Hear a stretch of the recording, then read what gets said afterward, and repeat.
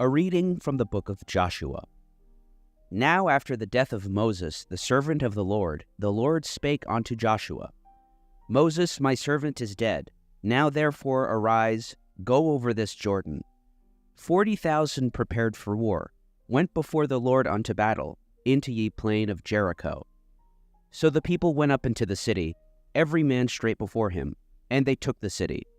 And they utterly destroyed all that was in the city, both man and woman, young and old, and ox and sheep and ass, with the edge of the sword.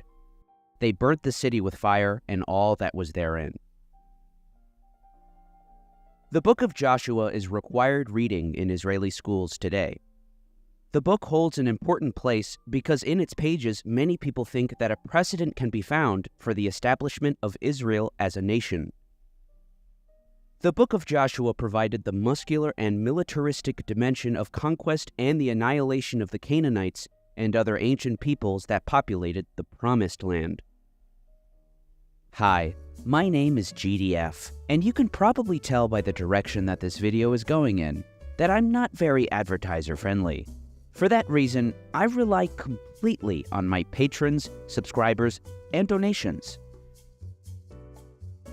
Following the creation of the State of Israel, biblical archaeology became an obsession. Israel's first prime minister, David Ben-Gurion, was, as were almost all of the earliest contemporary Zionists, an atheist. Although many early Jewish Zionists were secular, socialists, and atheists, the biblical narrative was an appealing way of legitimizing the Zionist movement. Upon assuming his role as first premier, cementing his legacy as Israel's founding father, Ben-Gurion organized Bible study classes in his official residence and was instrumental in making the study of the book of Joshua a major component of the school curriculum in Israel. It was this atheist socialist Ben-Gurion who declared to the Peel Commission in 1936 that the Bible is our mandate, and was later quoted as declaring, "Though I reject theology, the single most important book in my life is the Bible." Using a nationalist interpretation, the Bible came to become a course material taught as immutable fact to school children. The Bible came to serve as the first history book to be studied by all school children within the Zionist community in Palestine, as well as under the auspices of the Israeli education system within the modern state of Israel, as well as being taken for granted by the scientific community and academia generally. From a collection of theological texts incorporating historical plots and divine miracles aimed at inculcating faith in its readers, it became a compilation of historiographic texts that bore only a smattering of optional religious meaning. So ingrained was the Bible in schooling by 1992 that Benjamin Beit Halachmi, professor of psychology at the University of Haifa, could write, "Most Israelis today, as a result of Israeli education, regard the Bible as a source of reliable historic information of a secular, political kind." And it remained that way even into the 21st century, to the point that under no circumstances is it permissible to skip over the book of Joshua. Moreover, even though the teaching of this past has been proven ethically and pedagogically destructive, the Israeli education system refuses to exclude from the curriculum these shameful accounts of extermination. After all, David Ben-Gurion had repeatedly invoked the book of Joshua to justify the massacres and ensuing ethnic cleansing carried out under the guise of the 1948 war. But even before 1948, the excavation of Palestine was underway during the mandatory period starting in 1917. Indeed, under British control, the first archaeological crusader seeking to dig up the Holy Land as told by the Bible was none other than the American William Foxwell Albright. His legacy as one of the most influential biblical scholars of the 20th century makes his worldview all the more disturbing. As a fundamentalist, Albright did not doubt stories like the Book of Joshua, and even justified them. In those days, warfare was total, and we Americans have perhaps less right than most modern nations to sit in judgment on the Israelites of the 13th century BC, since we have, intentionally or otherwise, exterminated scores of thousands of Indians in every corner of our great nation, and have crowded the rest into great concentration camps. It often seems necessary that a people of markedly inferior type should vanish before a people of superior potentialities, since there is a point beyond which racial mixture cannot go without disaster. Thus the Canaanites, with their orgiastic nature worship, their cult of fertility in the form of serpent symbols and sensuous nudity, and their gross mythology, were replaced by Israel, with its pastoral simplicity and purity of life, its lofty monotheism, and its severe code of ethics. In the words of revisionist biblical scholar Keith Whitelam of the University of Stirling, this justification by one of the great icons of 20th century biblical scholarship of the slaughter of the indigenous Palestinian population is remarkable for two reasons. It is an outpouring of undisguised racism which is staggering, but equally startling is the fact that this statement is never referred to or commented on, as far as I know, by biblical scholars in their assessments of the work of Albright. There's just one glaring problem with Foxwell's analysis, and further the foundational texts justifying the Zionist project and the creation of the State of Israel. It's all bullshit. The slaughter as told in the book of Joshua never happened, and the stories of the Israelites in the Bible are not even remotely historically accurate. It was 1999 when Zeev Herzog, professor of archaeology at Tel Aviv University, who at one time was the director of their Institute of Archaeology, wrote a piece for the weekly Haaretz magazine titled Deconstructing the Walls of Jericho.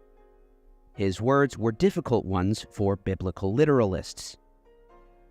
Following 70 years of intensive excavations in the land of Israel, archaeologists have found out the Israelites did not sojourn in Egypt, did not wander in the wilderness, did not conquer the land of Canaan in a military campaign, and did not pass it on to the 12 tribes of Israel. Additionally, as opposed to the long-held claim of a sovereign united kingdom of Israel, the united monarchy of David and Solomon, which was described in the Bible as a regional superpower, was, at most, a small tribal kingdom. Herzog describes the ascent of William Foxwell Albright in the 1920s, and later, following the establishment of the State of Israel, the founding fathers of Israeli archaeology, including Benjamin Mazar, Naaman Avigad, Yigal Yadin, and others. Herzog writes that using the Bible as a literal guide to exploring the Bronze and Iron Ages was standard practice from the beginning, which would continue for decades. However, writes Herzog, little by little cracks began to appear in the picture. To take one example, the story of Moses leading the Israelites out of Egypt, wandering for 40 years across the Sinai. Many Egyptian documents known to us do not mention at all the sojourn of the Israelites in Egypt or the later exodus of an entire people, which was curious considering the Egyptians kept highly detailed records which included even small incursions. Many documents mention the practice of wandering shepherds to enter Egyptian territory in times of drought or famine and to settle at the fringes of the Nile Delta. Or how about Mount Sinai, where Moses was to receive the Ten Commandments? Generations of researchers have tried to locate the site of Mount Sinai and the encampments of the Israelite tribes in the wilderness. Despite the strenuous efforts, not even one site has been located that would accord with the biblical account. And of course, the historicity of the conquest, or rather genocide of the Canaanites, was especially problematic. Here, the most severe difficulties have arisen. The book of Joshua reveals that as the armed men approach Jericho, the city's walls miraculously collapse, ushering in the slaughter. But Kathleen Kenyon, the excavator of Jericho, established definitively that there is no support for the conjecture that Jericho was fortified with a city wall during the late Bronze Age. In reality, excavations at all the sites uncovered only unfortified settlements, while in many instances, the site held only isolated structures of the ruler's palace and no actual city. Urban culture in late Bronze Age Palestine was disintegrating in a process that lasted hundreds of years and was not the result of a military conquest. Herzog isn't revealing that big of a secret, he writes. These facts have been known for years, but Israel is a stubborn people and nobody wants to hear about it. These issues and more were addressed by a colleague of Herzog at Tel Aviv University, Emeritus Professor of History Shlomo Sand. In the 13th century BCE, the purported time of the Exodus, Canaan was ruled by the still powerful pharaohs. This means that Moses led the freed slaves out of Egypt to Egypt? Sand also took issue with the numbers. According to the biblical narrative, the people he led through the wilderness for 40 years included 600,000 warriors. They would have been traveling with their wives and children, implying a party of around 3 million in total. Aside from the fact that it was utterly impossible for a population of such size to wander through the desert for so long, an event of such magnitude should have left some epigraphic or archaeological traces. The ancient Egyptians kept meticulous records of every event, and there is a great deal of documentation about the kingdom's political and military life. There are even documents about incursions of nomadic groups into the realm. Yet there is not a single mention of any children of Israel who lived in Egypt or rebelled against it or emigrated from it at any time. There's also another, more uncomfortable fact. History can be ironic. Few people have noticed, or are willing to acknowledge, that the land of Israel of biblical texts did not include Jerusalem, Hebron, Bethlehem, or their surrounding areas, but rather only Samaria and a number of adjacent areas. In other words, the land of the northern kingdom of Israel. Because a united kingdom encompassing both ancient Judea and Israel never existed, a unifying Hebrew name for such a territory never emerged. As a result, all biblical texts employed the same Pharaonic name for the region, the land of Canaan. Israel, without Jerusalem. Indeed, the second book of Chronicles reveals, with Israel once more intact, he returned to Jerusalem. Though claims to the city have been the source of so much strife and suffering, Jerusalem's significance historically, especially among the Zionist movement of the late 19th and early 20th centuries, is tentative. As explained in a helpful article for the New York Review of Books by Avishai Margalit, Professor Emeritus of Philosophy at Hebrew University, Margalit points out that the founding of Jerusalem predates Islam, Christianity, and in fact, Judaism itself. It is thought that Jerusalem was founded about 4,000 years ago as a city of ritual worship by the Canaanites. Jumping ahead thousands of years, Zionism had ambitions to create a new Jewish society, but Jerusalem was the least appropriate place for the founding of such a new society. Most of the Jerusalem Jews were part of an ultra-Orthodox community of the sort that the Zionists were rebelling against. A community that lived on donations and did not have the kind of productive life that the Zionist revolution aspired to. It is no wonder, then, that the Zionists preferred to build the new Hebrew city in the golden sands of Tel Aviv. Most of the immigrants to Israel, about 80%, settled along the Mediterranean coast, a region that had never been the historic homeland of the Jewish people. It appears this ambivalence is a historic trend. Unlike Christianity, Judaism does not regard the pilgrimage to Jerusalem as an act of penance for transgressions, or an act that can purify the believer, and we therefore find no recommendation that it be implemented. The data appear to illustrate this point further. We know of approximately 30 texts that provide accounts of Jewish pilgrimage during the 1700 years between 135 CE and the mid-19th century. By contrast, for the 1500 years between 333 CE and 1878, we have some 3,500 reports of Christian pilgrimages to the Holy Land. These words are at stark odds with the Israeli Proclamation of Independence issued at Tel Aviv on May 14, 1948. The land of Israel was the birthplace of the Jewish people. After being forcibly exiled from their land, the people remained faithful to it throughout their dispersion and never ceased to pray and hope for their return. Exiled from their land is, of course, a reference to the story of the Roman Empire exiling Jews from their province of Judea.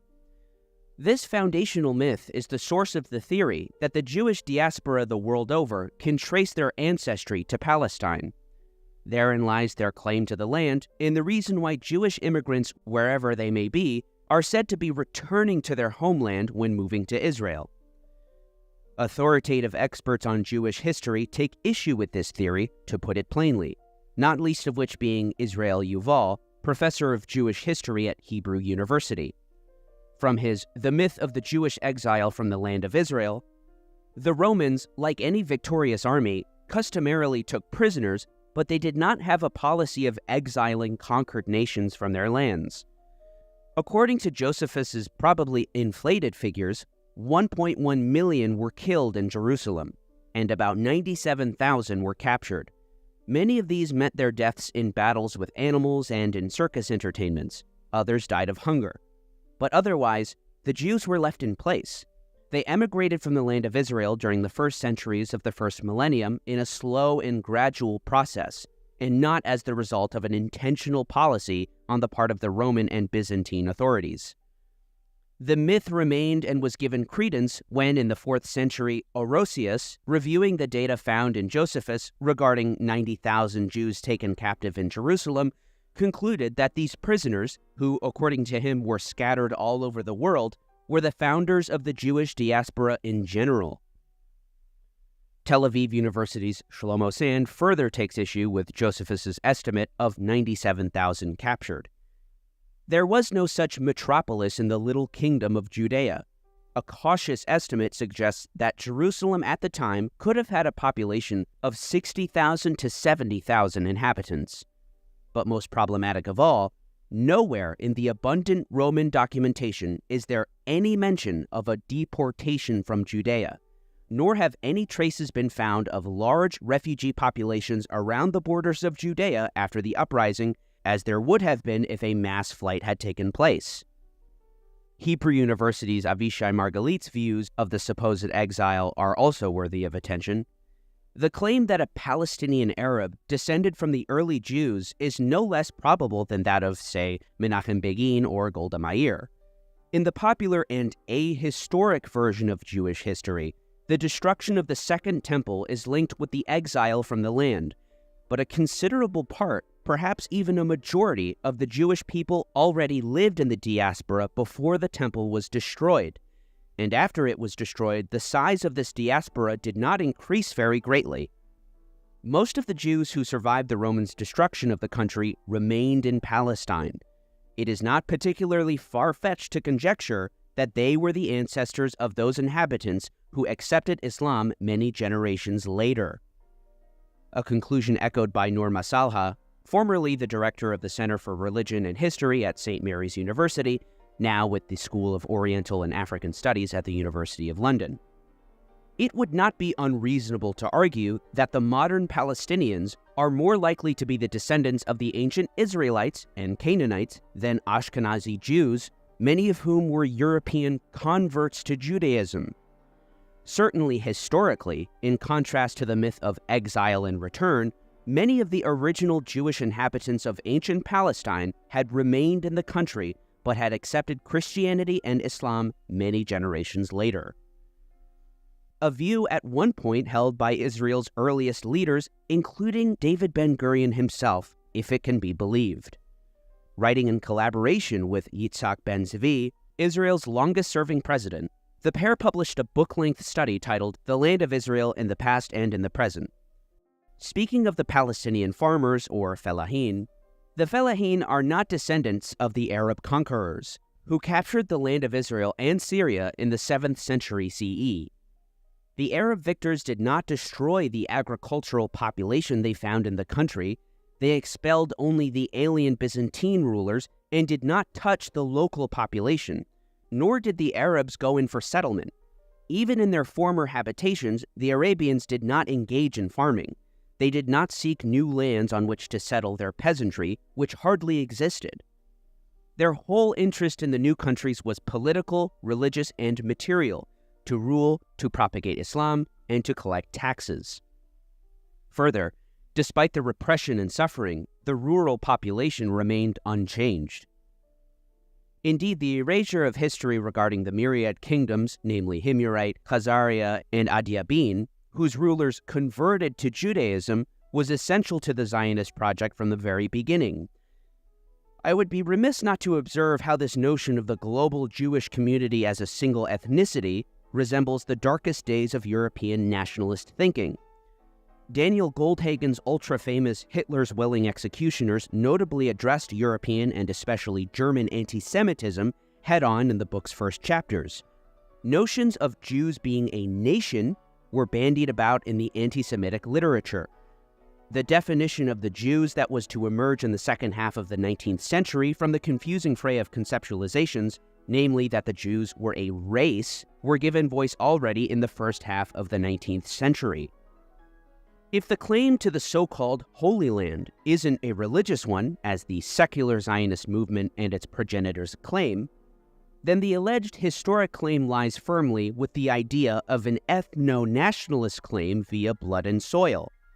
The claim, as we've seen, is predicated on an array of falsehoods used to justify the violent dispossession of the land of Palestine, the word used continuously for the land for thousands of years.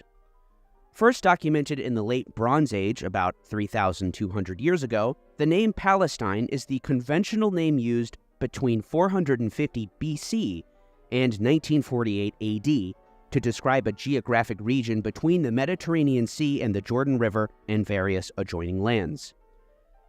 The name Palestine was widely used by the most important ancient Greek historians, cartographers, writers, philosophers, and scientists, including Herodotus, Aristotle, and Ptolemy. The Greco-Roman Byzantine name Palestine is commonly found in major classical Greek texts, especially the histories of Herodotus, written near the mid-5th century BC. Further, Palestine existed as a distinct administrative unit and a formal province for over a millennium, beginning in the 2nd century Common Era with the Roman province of Syria Palestina. Emperor Hadrian chose the 1,000-year-old name Philistia, the most common geopolitical designation for Palestine used by Greek geographers and historians, long before the Old Testament stories were put together. With the advent of the Byzantine Empire, Palestine was separated into 3 provinces, Palestina Prima, Secunda, and Salutaris. Moreover, these 3 provinces were effectively governed politically, militarily, and religiously from Palestina Prima as a 3-in-1 polity from the 4th century until the early 7th century, as was Iraq, under British rule following the First World War, through the 3 provinces of Baghdad, Basra, and Mosul.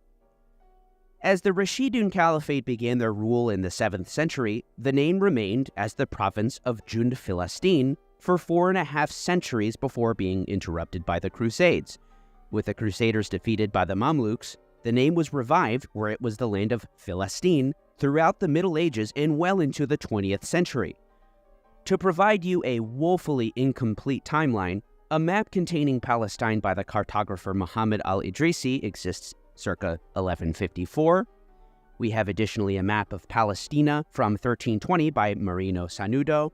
Jumping ahead to 1450, Fra Mauro completes the most detailed map in the world up to that point, showing Palestina. The map of Palestina Moderna et Terra Sancta is published in 1480. Jumping further to the 18th century for Palestina ex Monumentis Veteris Illustrate, published in 1714. In the next century, 1803, we see the Ottoman Jazid Adlas Tarjumesa. In the 15th century Mamluk literature, Mujir al-Din al-Ulaymi refers 22 times to Philistine in his glorious history of Al-Quds and Al-Khalil. By the 18th century, we can see that Palestine as a distinct country was common perception in Europe. In 1747, Thomas Salmon describes Palestine for the Modern Gazetteer of London. And the ubiquitousness of the name Palestine to describe the region is apparent certainly in the 19th century, as these titles show. Of course, Queen Victoria sponsored the Palestine Exploration Fund to explore biblical locations and obtain a foothold in the strategic location. The turn of the Victorian era coincided roughly with the descent into European nationalist conflict, which culminated in the First World War, after which the League of Nations universally accepted the name Palestine for the region now under British control.